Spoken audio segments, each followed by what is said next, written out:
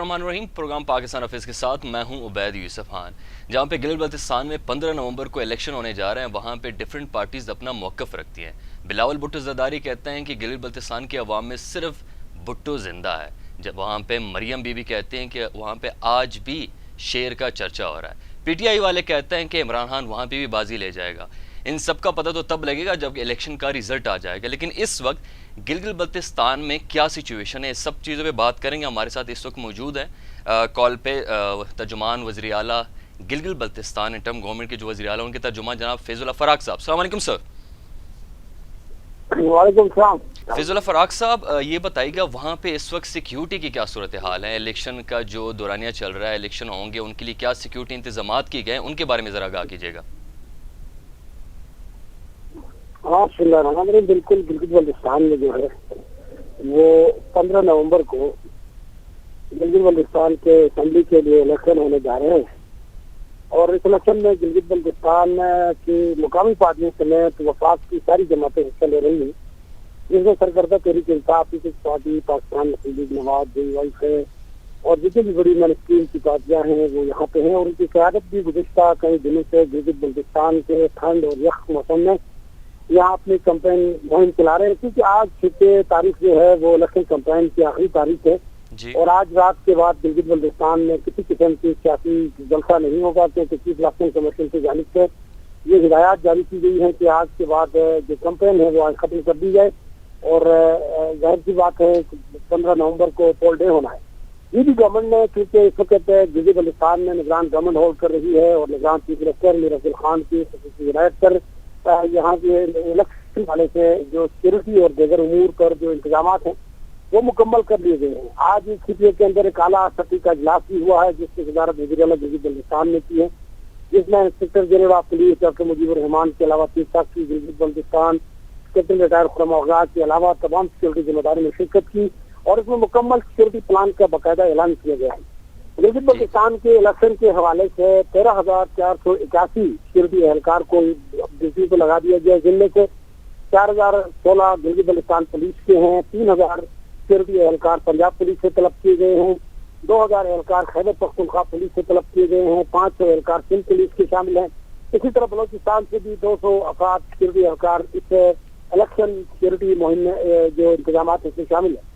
इसके अलावा जो है 1700 जो सिक्योरिटी एहलकार हैं वो रेंजर्स के हैं, 965 एहलकार जीबी स्काउट्स के हैं और 1100 एहलकार एसपी के अपने फराज अंजाम देंगे। बल्तिस्तान के पूरे 24 हल्के हैं, लेकिन इनमें से 23 हल्कों में इलेक्शन होने जा रहा है। एक जो हल्का है वो गुज़िश्ता दिनों एक हमारे सियासी शख्सियत की रहलत के बाद खाली हुआ है, क्योंकि उसमें 22 नवंबर में इस हल्के में इलेक्शन होना है।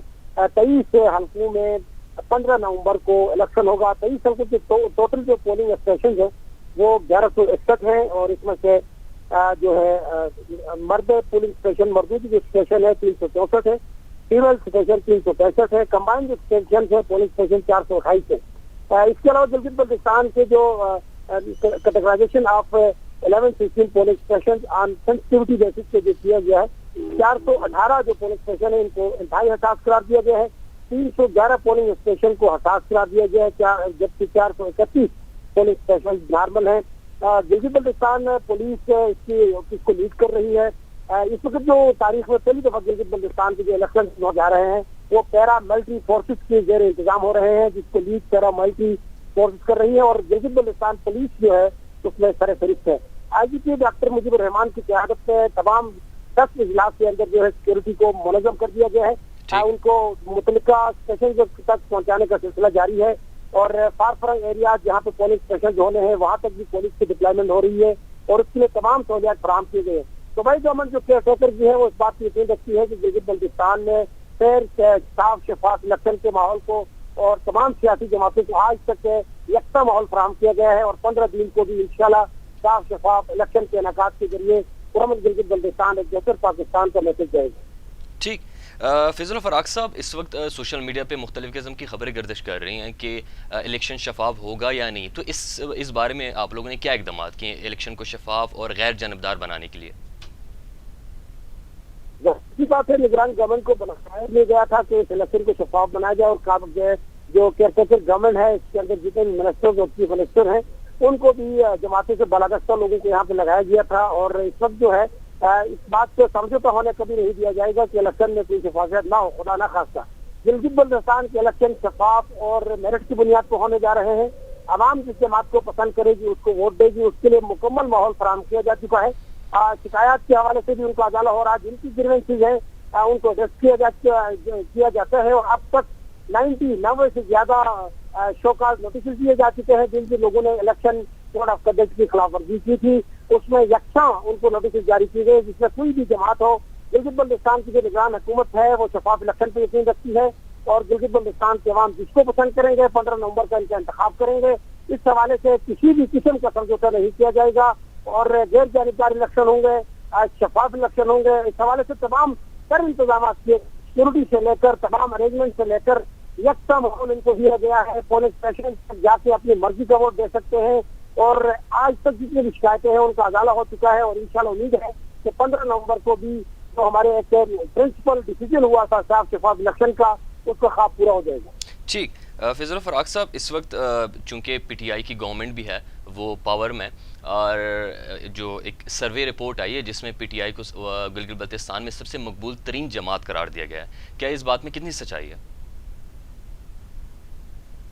ये जिस सर्वे रिपोर्ट है ये किन बुनियादी पे है, क्या इसका मयार है, क्या इसकी सिंसेरिटी है, इसका तो हम अंदाजा नहीं लगा सकते। अलबत्ता गिलगित बल्तिस्तान और आजाद कश्मीर में हमेशा से ऐसा होता रहा है कि मरकज में जिसकी भी जमात की हुकूमत होती है उसकी कहीं न कहीं हवा चलती है। जाहिर सी बात है, लोगों के अपने मसाइल होते हैं, लोगों की प्रॉब्लम भी जो वफाक के साथ जुड़े होते हैं। जाहिर सी बात है, लोग जो भी वफाक में हुकूमत आती है उसको पसंद करते हैं और ये पसंदीदगी की वजह माजी में भी देखी गई है और अब भी शायद कहीं न कहीं ये नजर आ रही है। लेकिन इसके बावजूद गिलगित बल्तिस्तान का जो इंतखाबी ग्राउंड है उसमें तमाम जमातों को यकसा माहौल फराहम किया जा चुका है। फैजल फराक साहब, आप चूंकि इस वक्त बड़े बारीकी से सारी सिचुएशन को देख रहे हैं, आपको क्या लगता है इस इलेक्शन में कौन सी पार्टी नज़र में आ रही है कि वो जीत जाएगी, वहाँ पे अपनी गवर्नमेंट बना पाएंगे? ये मैं ऑफिशियली तो ये बात किसी तौर पर नहीं कहा जा सकता क्योंकि मैं एक जिम्मेदार सरकारी पोजीशन पोर्टफोलियो पे बैठा हुआ हूँ। मुझे किसी को जितवाने के हवाले से बात मैं नहीं कर सकता, न इस हवाले से मुझे कोई बात कहनी चाहिए। अलबत्ता गिलगित बल्तिस्तान की जो तमाम सियासी जमातों में इस वक्त जो मुकाबला है वो कांटे का मुकाबला नजर आ रहा है। कहीं पे पीपल्स पार्टी स्ट्रांग है, कहीं पे पीटीआई है, कहीं पे पीएमएलएन भी है, कहीं पे मजहबी जमातें भी हैं। लेकिन फैसला जाके जो गेन है ये अवाम की अदालत में है, कोर्ट में है। अब अवाम ने फैसला करना है, कोई शक नहीं इसमें का फैसला किस तरह करना है। ठीक, कोई शक नहीं इसमें। फैजल फराक साहब, एक बहुत बड़ा मसला पाकिस्तान की सियासत में भी आकड़ा है कि गिलगित बल्तिस्तान को अबूरी सूबा बनाया जा रहा है। अबूरी सूबे बनाने के बाद वहाँ की आवाम को कितना रिलीफ मिल जाएगा, वहाँ के आवाम के लिए कितनी अच्छी बात होगी, क्या क्या मौके उनको मिलेंगे, इस पे अगर आप जरा तफसील बता दें। बुनियादी तौर पर ये जो अबूरी सूबा है ये यहाँ के पॉपुलर डिमांड था, लोगों का एक मशहूर नारा था, मुतालबा था वफाक के साथ। क्योंकि 1 नवंबर 1947 को यहाँ के लोगों ने डोगरा रजीम से खुद आज़ादी हासिल की और 16 नवंबर को अपनी मर्जी से ये पाकिस्तान के साथ इलेक्ट होने का फैसला किया। दुनिया का वाहिद खिता है जिसने अपनी मर्जी से अपनी ताकत से खुद आज़ादी हासिल की और उसमें शामिल हो गए पाकिस्तान में। ये दुनिया का वाहिद इलाका है और ये दुनिया की वाहिद कौम है जो इससे किसी सदी में आईनी तौर पर किसी खिते के साथ जुड़ने की तहरीक चला रहे हैं। दुनिया में आपको कई तहरीकें नजर आएगी, टूटने की तहरीकें नजर आती है, लेकिन गिलगित बल्तिस्तान में कमिटमेंट है इस मुल्क के साथ, यहाँ जुड़ने की बात करते हैं। ये कहते हैं कि 73 सालों से हमने खुद आज़ादी हासिल की, मुल्क में शामिल हुए थे, तो पाकिस्तान के आइन में कहीं न कहीं हमारे लिए गुंजाइश होनी चाहिए और जितने भी वफाकी मरकजी मालियाती इदारे हैं, अपर हाउस और लोअर हाउस हैं, उनमें गिलगित बल्तिस्तान को नुमाइंदगी दी जाए। ये नारा लोगों का मुतालबा तो रहा है 73 वर्षों से। जहाँ तक अबूरी आईनी शोबे का ताल्लुक है, temporary solution of Kashmir Gilgit Baltistan will be the conditional constitutional part of Pakistan. इससे मसला कश्मीर पर भी कोई फर्क नहीं पड़ता। मसला कश्मीर के हाल तक गिलगित बल्तिस्तान को तमाम मालियाती इदारों में नुमाइंदगी दी जा सकती है। जहाँ तक सूबे से अवाम की रिलीफ की बात है तो आम की ख्वाहिश है कि हम किसी तौर पर मरकज में शामिल किया जाए, वो बात तो ठीक है, यहाँ तक रिलीफ मिल रही, लेकिन सूबे लोगों के लाइफ स्टाइल को नहीं बदल सकते। लोगों का लाइफ स्टाइल, लोगों की सोच बदलती है। हमसे पहले कोहिस्तान और चित्राल सूबे बन चुके हैं, लेकिन उनका लाइफ स्टाइल आज हमसे बहुत 50 साल पीछे है। हम चित्राल और कोस्तान से 50 साल आगे हैं। हालांकि वो प्रोविंस भी है, कौमी असम्बली में उनकी नुमाइंदगी भी है। सड़क का ताल्लुक, टूटी हुई सड़क का ताल्लुक, बिजली के बहरान का, छोटे छोटे मसाइल का, स्कूल का, हॉस्पिटल का ताल्लुक किसी प्रोविंस से नहीं होता है। ये बेहतर गवर्नेंस और लीडरशिप के साथ इसका ताल्लुक है। हम समझते हैं कि अबूरी आईनी शोबे से लोगों के ख्वाहिश देरीना मुतालबा पूरा हो रहा है, लेकिन मसाइल का हल एक बेहतर लीडरशिप और बेहतर गवर्नेंस के इसका ताल्लुक है। कोई शक नहीं इसमें।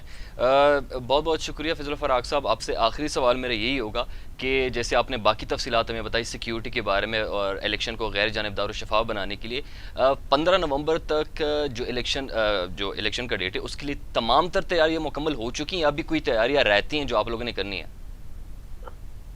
तमाम तर तैयारियां मुकम्मल है, सिक्योरिटी के हवाले से है, तमाम साज सामान के हवाले से है, मशीनरी के हवाले से है, और जो जो इलेक्शन के हवाले से जिन जिन मटेरियल की दरकार है, मटेरियल के हवाले से, मॉनिटरिंग के हवाले से है, मोबिलाइजेशन के हवाले से है, वो सारे रवाना कर दिए गए हैं। रास्ते में है, पाइपलाइन में है, सिक्योरिटी के इंतजाम कंप्लीट है। अब पोल डे में इलेक्शन होना बाकी है। सिक्योरिटी के तमाम दस्ते अपने मुतलका इलाकों में, एरियाज में पहुंच चुके हैं। ठीक है। अच्छा, एक और बड़ी इंपॉर्टेंट बात है कि सीपेक के हवाले से बहुत से लोग कह रहे हैं कि शायद सीपेक से इस बुरी सूबे को जोड़ा जा रहा है। उसके बारे में ज़रा बताएं, सीपेक का क्या रोल हो सकता है गिलगित बल्तिस्तान की आगे डेवलपमेंट में, आगे उनकी कामयाबी में, आगे उनके तरक्की में क्या किरदार अदा कर सकती हैं सीपेक? बुरी सूबे से लोगों की एक देरीना ख्वाहिश पूरी हो सकती है। तरक्की का ताल्लुक मैंने कहा बेहतर गवर्नेंस है, रोजगार के मौके उससे जरूर मिलेंगे, क्योंकि जब आप मरकज के साथ बेहतर तरीके से इलेक्ट हो जाते हैं तो इसमें रोजगार के मौके मिल जाते हैं, फिर डेवलपमेंट के फंड में इजाफा होता है, फिर एनएससी में थोड़ा सा आपको हिस्सा मिल जाता है। इन सब का ताल्लुक लोगों की लाइफ स्टाइल से है। जब माशियत पैसा आ जाता है तो लोगों की लाइफ स्टाइल बदल जाता है। सर, मैं चाइना पाकिस्तान इकोनॉमिक कॉरिडोर के बारे में बात कर रहा हूँ। जब वो बहरहाल पाकिस्तान के लिए गेम चेंजर मूवमेंट होगा, एक गेम चेंजर, एक जाहिर है वो एक प्रोजेक्ट है, उसके बारे में बात कर रहा हूँ कि गिलगित बल्तिस्तान के हवाले से चूंकि बहुत सी खबरें आ रही हैं, सीपेक गिलगित बल्तिस्तान की तरक्की में क्या किरदार अदा कर सकता है? सीपेक अभी शुरू नहीं हुआ है, जब शुरू होगा तो उसकी तरक्की देखी जाएगी। सीपेक से भी हमारी वो चीजें जुड़ी हुई हैं जो हमारी तालीम से है, हमारे हुनर से है। जब तक हुनरमंद नौजवान गिलगित बल्तिस्तान में नहीं होंगे, सीपेक का कोई फायदा नहीं है। हुनरमंद लोग होंगे तो कारोबार से जुड़ जाएंगे, हुनरमंद लोग होंगे तो जो टेक्निकल चीजों से जुड़ जाएंगे। उससे कब यहाँ पे कुछ ग्राउंड में होमवर्क करने की जरूरत है, टेक्निकल इंस्टीट्यूट की जरूरत है, माहिर इदारों की जरूरत है, ताकि यहाँ के नौजवानों को स्किलफुल किया जाए पहले, फिर उसके बाद सीपेक के लिए तैयार किया जाए।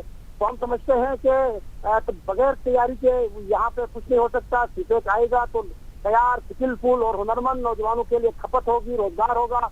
इसके अलावा लोकल इंडस्ट्री को मूव मिलेगा। यहाँ की जो लोकल प्रोडक्ट है, यहाँ की जो ड्राई फ्रूट्स है, उनको इंटरनेशनल मार्केट किया जा सकता है, जिसके लिए आपको संकी इंडस्ट्रियल जोन बनाने होंगे। उस जोन के जरिए गिलगित बल्तिस्तान की लोकल जो प्रोडक्ट है उसको ग्लोबल मार्केट किया जा सकता है, जिससे लोकल लोगों की लाइफ स्टाइल पे बदल सकता है और बहुत सारा रेवेन्यू जनरेट किया जा सकता है। ठीक, बहुत बहुत शुक्रिया फैज़ल फराग साहब। ये थे हमारे साथ तर्जुमान गिलगित बल्तिस्तान से, तर्जुमान वज़ीर आला गिलगित बल्तिस्तान जनाब फैज़ल फराग साहब। उनके कहने के मुताबिक वहाँ पे सारी जो तैयारियां मुकम्मल हो चुकी हैं इलेक्शन के लिए जो 15 नवंबर को होने जा रहा है। वहाँ पे कौन सी पार्टी इक़्तिदार में आएगी वो तो इलेक्शन के बाद पता चलेगा, लेकिन जो भी पार्टी आएगी अवाम अपने फैसला खुद करेंगे वहाँ पे। मुझे दीजिएगा इजाज़त, अल्लाह हाफ़िज़।